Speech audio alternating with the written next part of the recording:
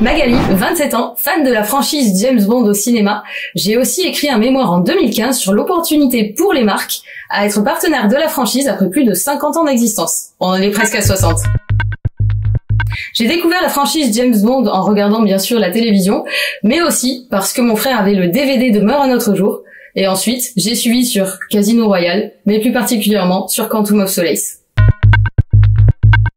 Si je devais en garder un seul, ça serait Casino Royale, parce que c'est là qu'on découvre James Bond, qu'on revient aux sources et qu'on voit vraiment l'ADN et le côté humain du personnage. Je ne suis pas particulièrement collectionneuse d'objets sur James Bond, mais effectivement j'ai gardé l'affiche de l'expo, l'intégrale en DVD, et si je devais avoir un seul objet favori par rapport à l'espion de Sa Majesté, ça serait bien sûr la montre Casino Royale, parce que ça a été un film charnière pour moi. Reboot, parce que c'est à partir de Casino Royale que je me suis sentie fan de James Bond. Je n'ai pas de Roland Fleming particulièrement favori, tout simplement parce que je suis plus cinéphile que lectrice, et pour le coup, c'est le côté franchise et cinéma qui m'intéresse davantage.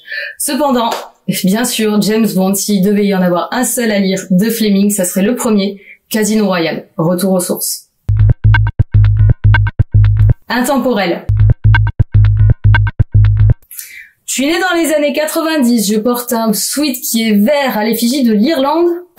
Brosnan. Daniel Craig, parce que c'est une interprétation plus humaine, il y a vraiment un retour aux sources, on comprend mieux le côté humain, en dépit du côté tueur, on comprend les deux. Jones, parce que Goodnight ne s'affirme pas, on a quelqu'un d'effacé versus quelqu'un d'affirmé, donc Jones. Je ne vois pas de gros défauts à la franchise, si ce n'est le temps entre deux films. La sortie, parfois, peut être longue entre deux films. Une surprise, un acteur qu'on ne connaît pas ou qu'on a vu 2 ou 3 fois à l'écran maximum.